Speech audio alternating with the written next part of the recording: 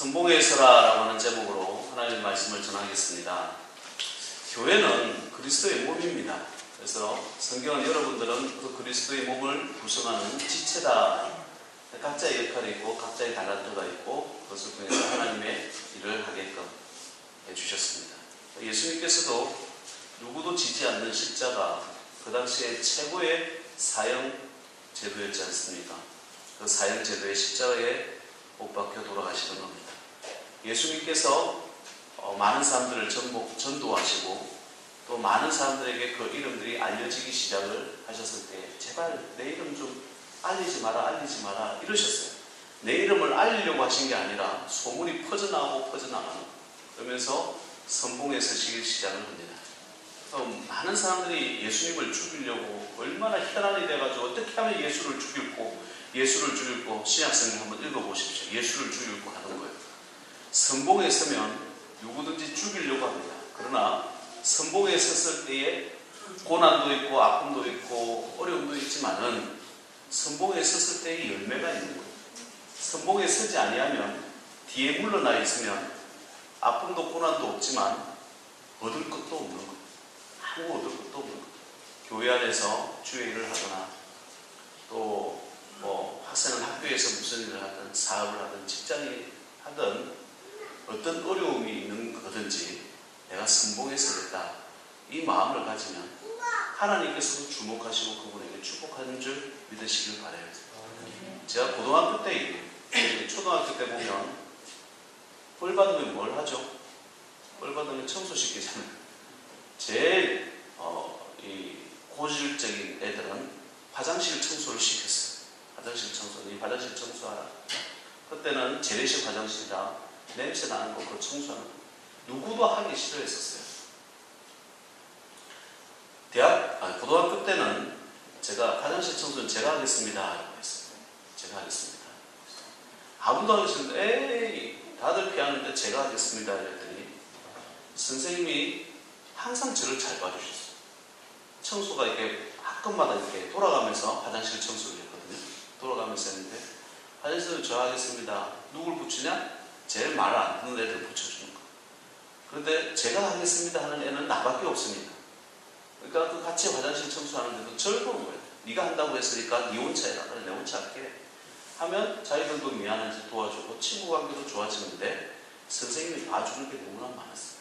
좀 늦게 와도 봐주고 때릴 것도 안 때리고 왜? 화장실 청소는 제가 한다고 하니까 잘못해서 하는 게 아니라 자기가 하겠다고 하니까.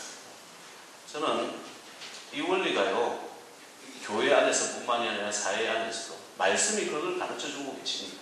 어느 지역 어느 장소에 있든지 선봉에 설 수 있는 귀한 정도 되시기 바랍니다. 이게 성도의 모습이랍니다. 옛날 국제기도원연맹에서 성경책을 이렇게 나눠줬어요. 기억하시는 분들 기억하실 거예요. 파란색 플라스틱 표지로 되어 있어가지고 거기에 보면 이게 조그마한 성경책이 요만한 거 나눠줬잖아요. 여관에도 있었고 곳곳에 이 성경 읽으라고 이렇게 나눠줬던 성경책. 저도 몇 번 가지고 있었던 기억이 납니다. 그 성경에는 저는 참 궁금한 게 참 많았던 것 같아요. 그 성경에는 신약 성경이 있는 거는 다 알겠어요. 신약 성경 좋으니까 읽어보고 줄도치고 했는데 왜 구약의 39권 중에 왜 시편이 거기에 들어가 있었을까? 저는 늘 궁금했었어요. 시편이 짧으니까 읽기가 좋아서 그렇나? 근데 시편 한번 읽어보십시오. 왜 시편을 넣었는지를 알게 된다고 하는 거예요. 시편은 고난 가운데서 승리하는 이야기. 성경 66권을요 축약해서 모아놓은 것이 시편이에요. 거기에는 다윗의 선지자라고도 표현을 하지만 다윗이 예수님이 오실 것까지 예언한 내용까지 시편에 다 있어요. 세상의 고난사도 다 있어요. 그리고 승리하는 이야기도 다 있어요. 성경 전체 66권을 요약하는 진액이 이 시편 안에 다 있는 거예요. 시편은 그냥 읽어가는 것 같지만 한 절을 읽어도 묵상해야 돼요. 한 절 한 절을 읽으면서 묵상해도 계속 거기서 이게 원액이기 때문에 진액이기 때문에 이게 말씀이 무궁무진하게 계속해서 나오는 거예요. 얼마나 은혜가 되는지 모릅니다. 늘 묵상해야 될 말씀이 있다라고 한다면 시편 한번 읽어보시길 바랍니다. 오늘 시편 6편 또 7편 이거는 고난 가운데 어려움 가운데 승리한 이야기들이 나옵니다. 그 시편의 내용들을 통하여 아픔 없는 사람은 어디 있어? 고난 없는 사람은 어디 있어?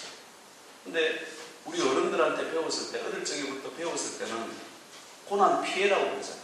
아픔 피해라고 그러잖아요. 아이고 평안하길 바란다고 그러잖아요. 성경은 그런 이야기 안 해요. 고난을 겪으라고 해요. 오히려 고난을 주시라고 기도하라고 해요. 주여 저에게 믿음을 주시옵소서와 하필 말하면 뭐라고 그랬죠? 제가 주여 저에게 고난을 주시옵소서라는 말과 같다라고 그랬어요. 우리는 어릴 때부터 고생하고 고난받는 것에 대한 두려움을 가지고 있는 문화에서 살았습니다. 못 먹고 헐벗고 전쟁 가운데 있었습니다. 그래서 인사를 하다 보면 밤새 안녕하셨습니까? 이게 인사였어요. 밤새 돌아가시는 분들이 그렇게 많았나 봐요. 또 보릿고개 전쟁, 6.25 전쟁을 겪으면서 오는 그 가난 때문에 아이고 진지 잡수셨습니까? 아침 진지 잡수셨습니까? 아니면 아니 밥을 먹고는 다녀 이렇게 말을 했다는 거예요. 전쟁과 보릿고개를 겪어온 부모 세대는 이런 인사를 배려라고 생각을 했어요. 그래서 고생하는 것을 싫어하는 거예요. 자식들 고생하는 거 보고 싶지 않은 거야. 너는 보릿고개를 몰라, 너는 전쟁을 몰라, 이렇게만 이야기를 해버렸어요. 어려움을 겪거나 고난을 겪으면 이겨내야 된다, 이렇게 가르쳐야 되는데, 너 아픔이 있지, 너 눈물 많이 흘려야 돼, 너 기도 많이 해야 돼, 너 교회 가서 주님 만나면서 하나님 붙들고 실험해야 돼, 이렇게 해야 되는데, 다 큰 어른도 어려움, 고난, 질병 이렇게 두려운 거예요. 아이고 아프지 말아야지. 아프면 싸워서 이겨야 되는 거예요. 아프면 승리해 나가야 되는 거예요. 그걸 주님 앞에 주시는 능력 아니겠어요? 이번에 어른 목사님들 인사를 이렇게 쭉 다녔어요. 감기 조심하시기 바랍니다. 감기야 떠나갈지어다. 앞에 옆에 한번 인사했어요. 감기야 떠나갈지어다. 아멘. 지난주에 어떤 목사님이요, 독감에 걸리셨는데 너무너무 심해가지고 설교 단상에도 못 쓰신 거야. 저는 모르고 거기 갔었어요. 그런데 들어갔더니 부목사님이 지금 아프셔가지고 방에 누워 계십니다. 인사 못하고 전화통화만 했어요. 전화통화를 했는데 그 부목사님도 독감에 걸리신 거예요. 근데 목사님이 전화를 해가지고 그 전화기를 나한테 했는데 저 전화기 받으면 안 되는데 하고 전화기를 받았어요. 아니나 다르나 나오는데 이거 코악기 감기 걸리겠다 생각했는데 독감이 걸리는 거예요. 그래서 주여 약은 없고 주사 맞기는 싫고 그래서 예수 이름으로 독감아 떠나가라. 독감아 또 안에 비법이 또 있어요. 이게 뭐 아직 커지기 전에 그 약 좀 만들어 줘봐봐. 어제까지는 말이 안 나오더니 주여 저 간단했어야 돼요. 목소리는 튀게 해주세요. 오늘 아침부터 나오는 거. 아멘도 안 합니다. 이 질병도 우리는 이겨야 되는 거예요. 고난도 이겨야 되는 거예요. 아프다고 그냥 아이고 아픈데 병원 가야지 이런 이야기 하기 전에 주여 제가 아파서 되겠어요? 내 남편 내 아내가 있는데 내 자녀들이 아픈데 되겠어요? 예수 이름으로 떠나갈지어다 라고 하면서 나아야 될 줄 믿습니다. 고난에 대해서 질병에 대해서 두려워하지도 마시고 주여 능력 주시옵소서, 은혜 주시옵소서, 깨끗이 낫게 하여 주시옵소서 라고 하셔야 돼요. 저희 아버지 폐암 말기세요. 3개월 후에 돌아가신다고 경상대 병원에서 여기 계셔도 되고요. 그 의사가 그랬어요. 계셔도 되고요. 모시고 가셔도 돼요. 뭐 가족들 선택이니까 두 분에서 상의 좀 한번 해보세요 라고 했어요. 제가 가서 말씀드렸어요. 아버지 폐암 말기랍니다. 이제 석 달 후에 돌아가신다고 합니다. 그래. 그 옆에서 얘기를 나누고 거예요. 옆에 다 폐암 환자들 다 이렇게 누워있는데 옆에서 그럽디다. 아니 어떤 분이시길래 아버지한테 폐암 죽는다는 얘기를 그렇게 편안하게 하십니까? 그랬더니 저희 아버지께서 하시는 말씀이 이 아들은 목사고 저는 장로요. 그랬어요. 아이고 그분이 얘기가 저는 아직 어머니께 돌아가신다는 얘기 아직 말도 못했어요. 고주 상태더라고요. 계속 주무신대요. 말도 못했어요. 예수 믿으면요 천국도 좋아요. 예수 믿으면요 우리 아픈 것도 이렇게 얘기할 수 있어요. 그래서 3개월 후에 돌아가셨냐? 지금 3년이 지나도록 암하고 같이 살고 계시는 거예요. 의사 선생님이 하시는 말씀이 암이 먼저 죽을지 선생님이 먼저 죽을지 모르겠습니다. 여러분, 생명은 하나님께 달려있는 거예요. 질병 보고 두려워하지 마시고, 뭐 어떤 것 우리에게 어려움 줄 수 있죠. 선봉에 서는 사람들마다 얼마나 많은 아픔이 있습니까? 교회 일도 한번 생각해 봅시다. 교회, 여러분도 이제 우리 외지 성도도 많이 오셨는데, 교회 일 열심히 하는 사람들 보면 꼭 주변에서 뭐라고 그래. 아이고, 뭘 때문에 저래 열심히 하나, 좀 적당히 해라. 뭐 이런 얘기들 많이 하잖아요. 선봉에 서면요, 누구든지 욕을 합니다. 누구든지 말 나옵니다. 고난이 있습니다. 아픔이 있습니다. 그러나 그걸 눈물로 안고 가슴을 안고 기도하면서 가는 것이 선봉에 선 사람의 축복이에요. 그냥 그분에게 있겠어요? 하나님께서 그걸 다 기억하시고 복내려 주시는 것이. 목사도 마찬가지예요. 목사 여기 제가 나이가 많아서 여기 있었습니까? 돈이 많아서 여기 있었나요? 지식이 많아서 여기 있었나요? 사명 감당하기 위해서 저는 목사가 됐고 이 자리에 서는 거예요. 그럼 저 조금 잘못했다고 쳐봐봐.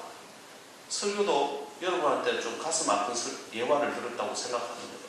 목사님이 그런 말을 했다면서 이런 얘기 안 하겠어요? 그러면 그거 겁이 나서 그러면 설교도 안 해야 되고 목사 그만둬야 되는 거예요.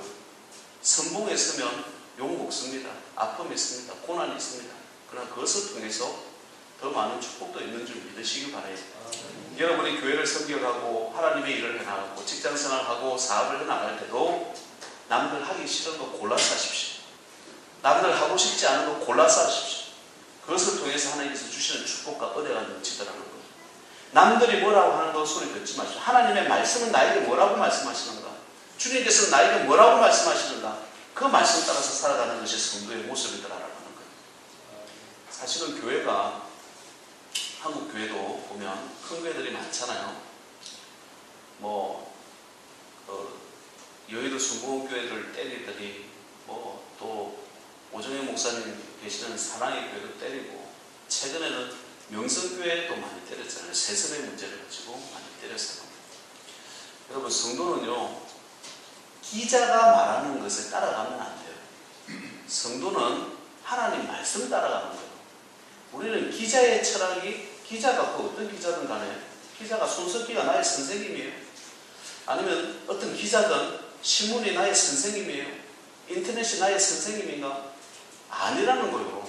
나도 그런 걸 쓸 수 있어요. 나도 나는 사람들을 공격할 수 있어요.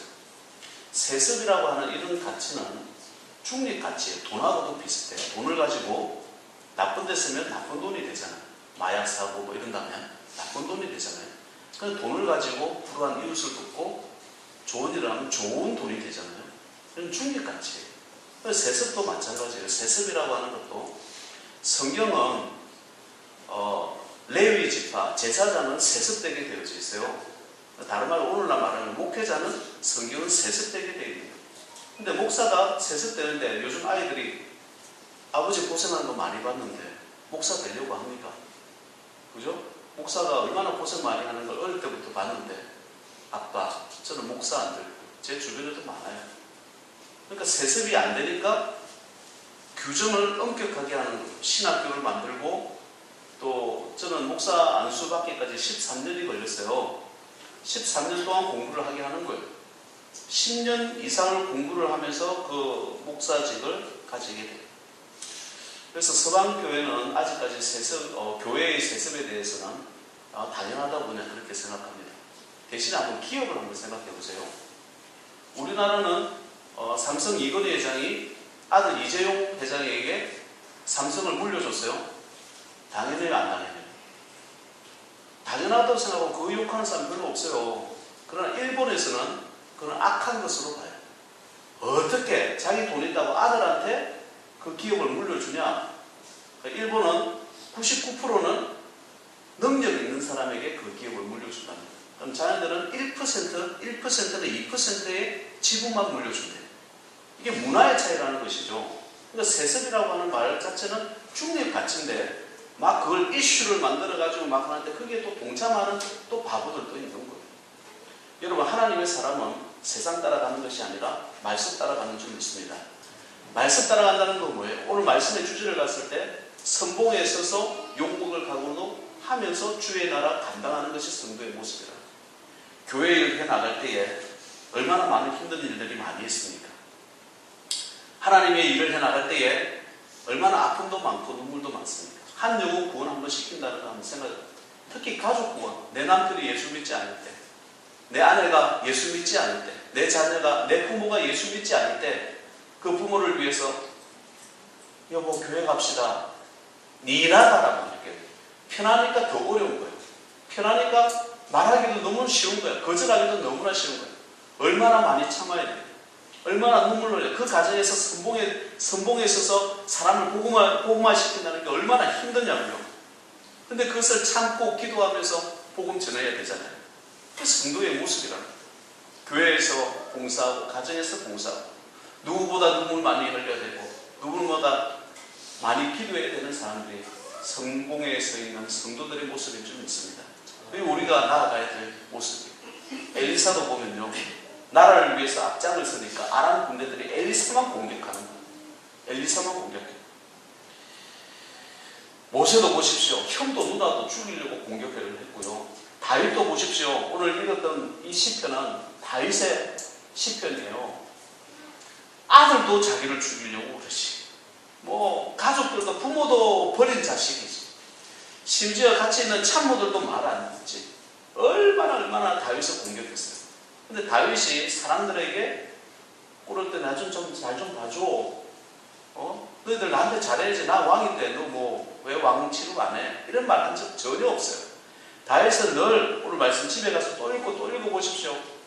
꿇어 엎드렸다고 되어 있어요. 눈물로 침상을 적셨다. 얼마나 힘들었든지 고난 때문에 뼈가 떨린다고 했어요. 뼈가 떨리는 고통을 안으면서 하나님 앞에 기도하는 거죠. 마지막에 뭐냐면 악은 망할 것이고 떠나갈 거라는 거예요. 고난은 떠나갈 거라는 거예요. 결국 하나님께서 승리를 나에게 안겨주실 것이라는 거예요. 이게 시편의 내용입니다. 시편은요, 의인이 고난을 당하는 거예요. 의인이 성도가 고난을 당해서 하나님 바라보고 성전에서 기도하면서 이겨내는 과정을 보여주는 것이 시편의 내용이었어요. 이스라엘 사람들은요, 어릴 때부터 시편을 암송해가지고 한 50편 정도를 한 중고등학교 때 외운다고 그래요. 우리가 시편을 가지고 늘 묵상해야 되는 거예요. 시가서가 있어요. 성경에 보면 5가지의 시가서가 있는데 첫 번째가 욥이에요. 두 번째가 시편이에요. 세 번째가 잠언, 네 번째가 전도서, 마지막이 아가서예요. 아가서. 처음 듣는 듯이 저를 쳐다보시네. 성경에서 이렇게 보면 욥은요 42장까지 있는데 이 고난 하나만을 가지고 42장까지 풀어내는 욥밖에 없어요. 고난 가운데 계속 있는 모습을 보여주는 거예요. 그러고 난 다음에 시편에 와서는 이 욥기에는 이게 그 악이 죽는 모습이 나오지 않아요. 계속 고난 가운데만 있는 거예요. 근데 시편으로 오게 되면 이 고난 가운데서 승리하는 내용이 나와요. 시편 후반절로 가면 찬양이 나옵니다.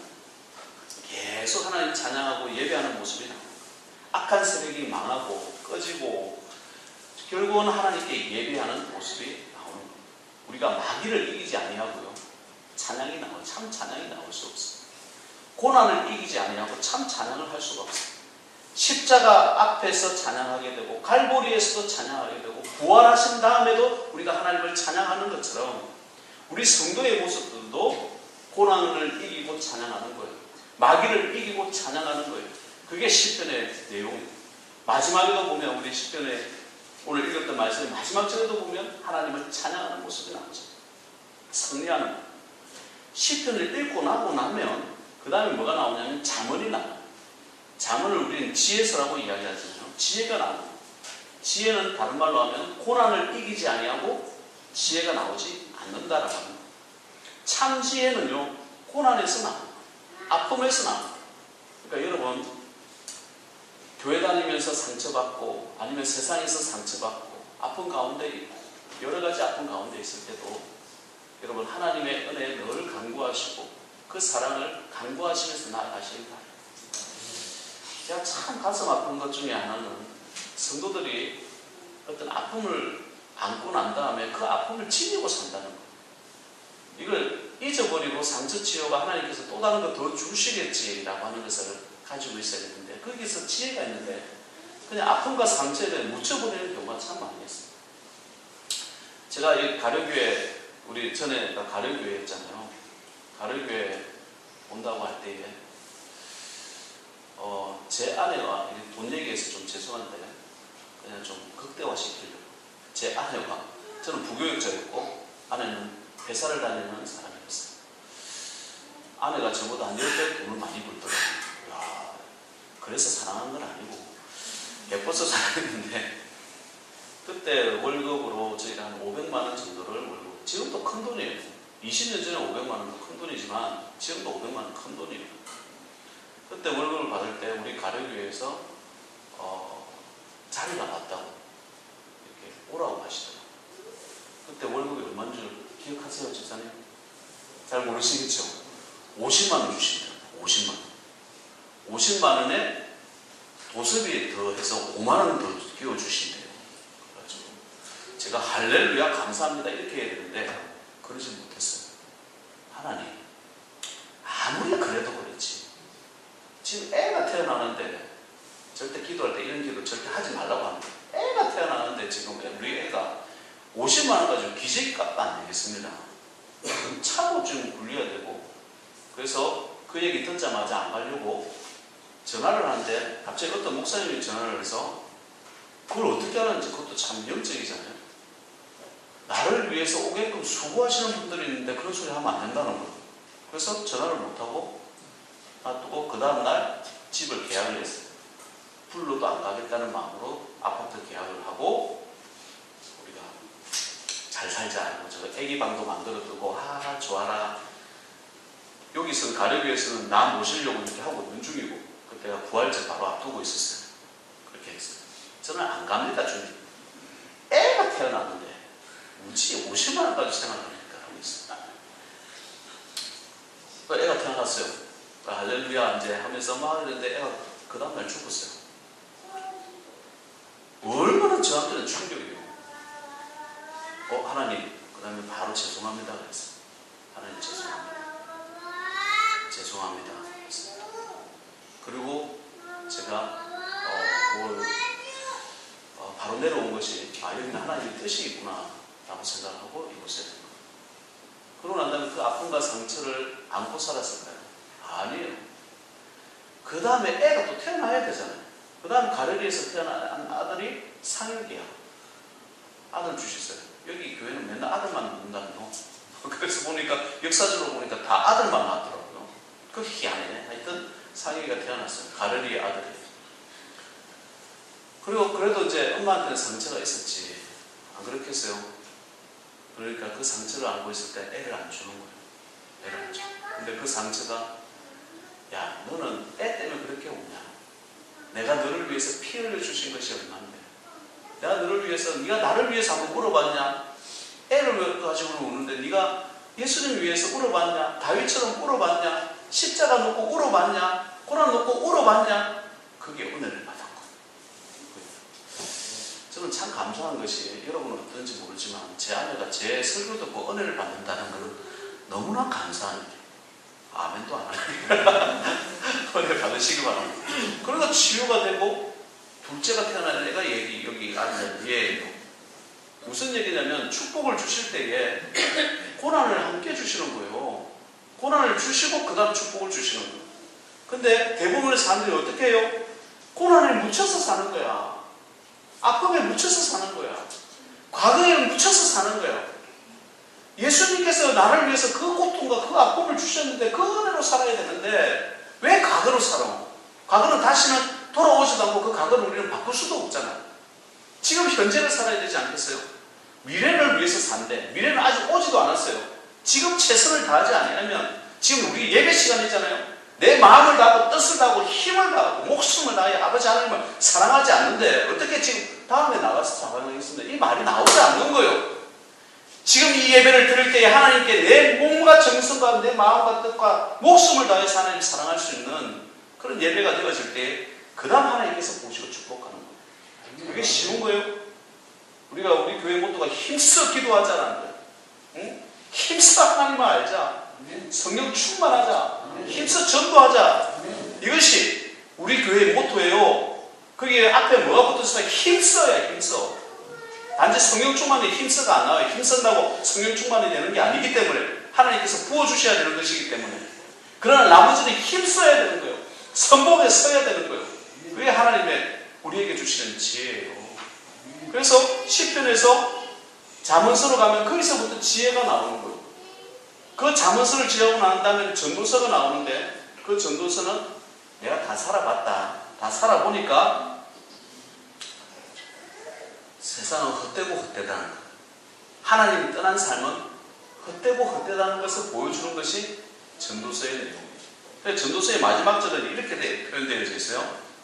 이래 결국을 다 들었으니 하나님을 경외하고 그의 명령들을 지킬지어다. 이것이 모든 사람의 본분이니라. 하나님은 모든 행위와 모든 은밀한 일을 선악간에 심판하시리라. 하나님 경외하고 명령 지키는 것이 인생의 본분이라는 거예요. 나 다 가져봤지 않냐? 내가 최고의 삶을 누려봤지 않냐? 그러니까 그거 아무것도 아니더라. 헛되더라는 거예요. 그래서 솔로몬이 얘기해 줍니다. 그러고 난 다음에 아가서로 넘어가요.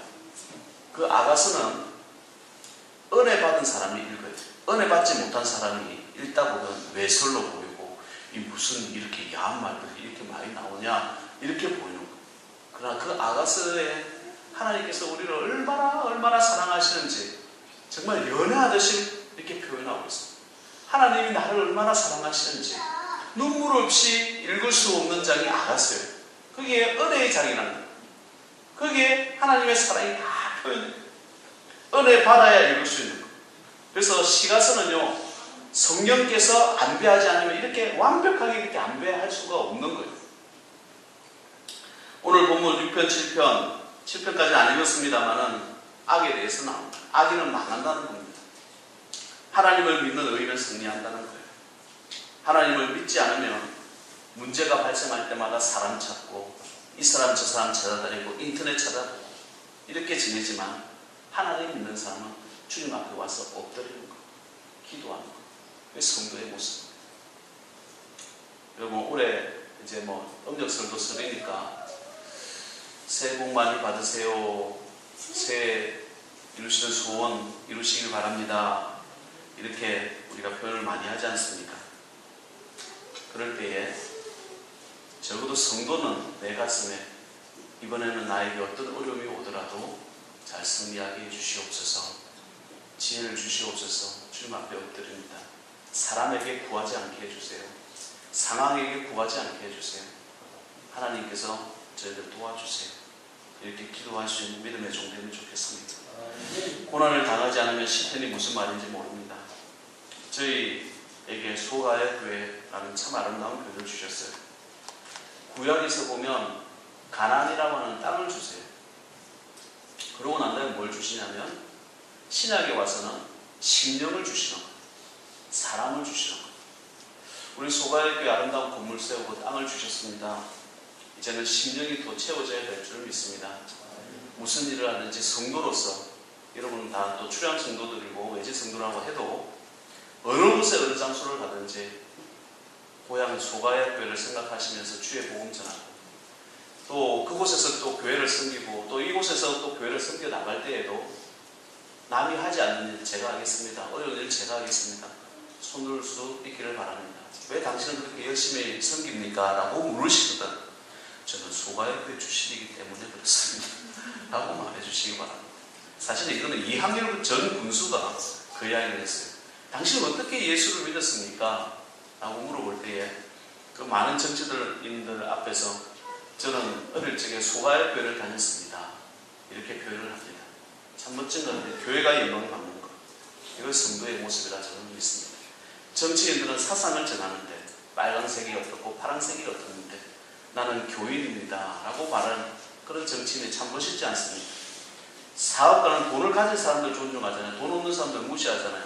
그러나 나는 돈을 버는 이유가 주의 복음 전하기 위해서 돈을 법니다. 이렇게 말할 수 있는 것이 참 멋있지 않습니까? 교수나 학자들은 배운 사람 존중하고 못 배운 사람들 무시하지만 아닙니다. 주의 복음 알기 위해서 저는 공부를 했습니다.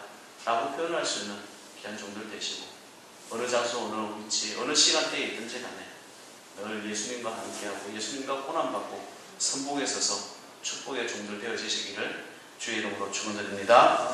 하나님 아버지 감사합니다. 오늘도 주의 귀한 은혜 받게 하심을 감사합니다. 주의 나라 확장시켜 갈 때에 아버지 안에 어려움도 있고 고난도 있습니다.